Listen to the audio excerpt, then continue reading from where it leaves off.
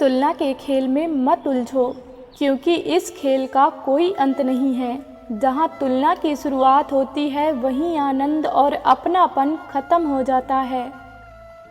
एक वक्त की बात है, एक कौवा एक पेड़ पर बैठा हुआ था और वो कौवा बहुत ही उदास और परेशान था।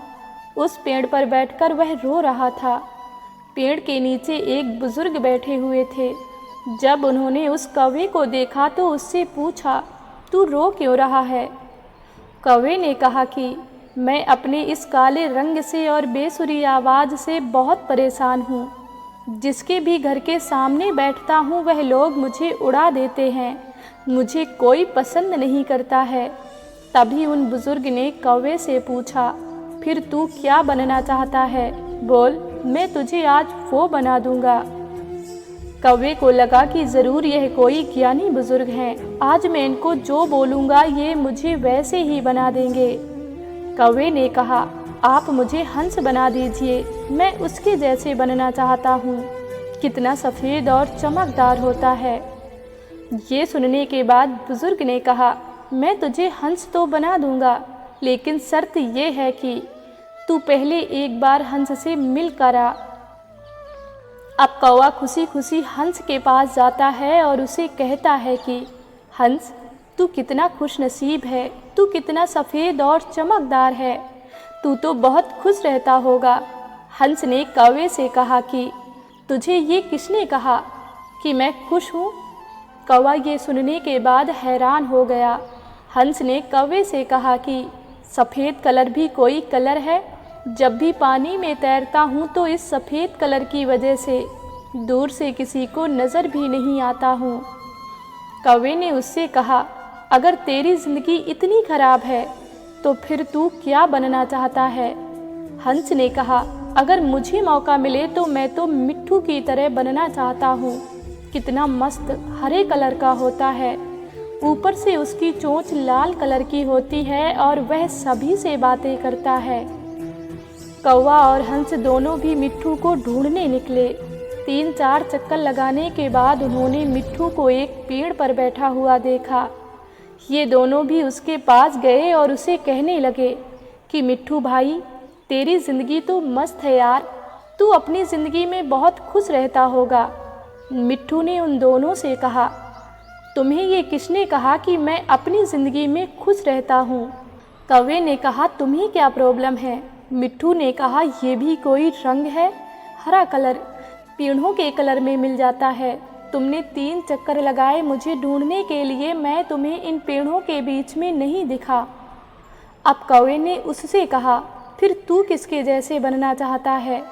मिट्ठू ने कहा कि अगर मुझे मौका मिले तो मैं तो मोर की तरह बनना चाहूँगा, रंग बिरंगा और खूबसूरत पर वाला। अब ये तीनों मोर के पास पहुँचे। मोर को देखते ही तीनों ने मोर से कहा कि मोर भाई, कितनी बढ़िया ज़िंदगी है तेरी, तू कितनी बढ़िया ज़िंदगी जीता है। तू जब बरसात में नाचता है तो सारे लोग तुझे दूर दूर से देखने के लिए आते हैं। तेरी ज़िंदगी तो मस्त है। मोर ने उन तीनों से कहा, तुमसे किसने कहा कि मैं अपनी ज़िंदगी में मस्त रहता हूँ? अब कौवे ने मोर से पूछा, क्या तू भी अपनी ज़िंदगी से खुश नहीं है?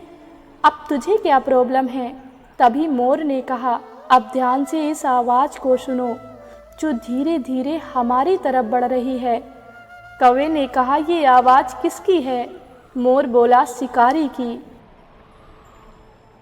हर वक्त हमें शिकारियों से बचकर भागना पड़ता है। अगर किसी शिकारी ने हमें पकड़ लिया तो हमारे एक एक पर को हमारी बॉडी से नोच लेता है, पूरी खूबसूरती हमारी छीन लेता है।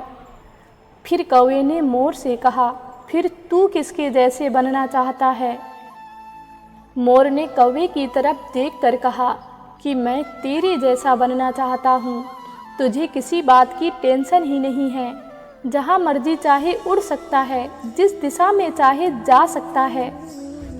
किसी शिकारी से तुझे डरने की ज़रूरत नहीं है, क्योंकि कोई शिकारी तुझे पकड़ता ही नहीं है और इंसान भी तुझे पकड़कर पिंजरे में नहीं रखते हैं। तू अपनी मर्जी का मालिक है। तेरी जैसी ज़िंदगी में जीना चाहता हूँ। ये सुनने के बाद कौवा हैरान हो गया और कौवा फिर से वापस उन बुजुर्ग के पास पहुंचा। उन बुजुर्ग ने कौवे से कहा, क्या मैं तुझे हंस बना दूं? कौवे ने उनकी तरफ देखा और मुस्कुराया और कहा कि नहीं, मैं जैसा हूँ वैसा ही ठीक हूँ। मुझे अपनी ज़िंदगी बहुत पसंद है। दोस्तों, अपने आप को कभी किसी दूसरे से कंपेयर, तुलना मत करो, क्योंकि इस दुनिया में आपका रोल आपसे बेहतर कोई नहीं निभा सकता है। सूरज और चांद के बीच में कोई कंपैरिजन नहीं होता, क्योंकि दोनों भी अपने अपने समय पर चमकते हैं। किसी दूसरे इंसान से अपने आप को कंपेयर करते हो, तुलना करते हो, तो यकीन मानो आप अपने आप की ही इंसल्ट करते हो। फिर मिलेंगे दोस्तों ऐसी ही एक नई कहानी के साथ। तब तक के लिए अपना ख्याल रखना और हमेशा मुस्कुराते रहना।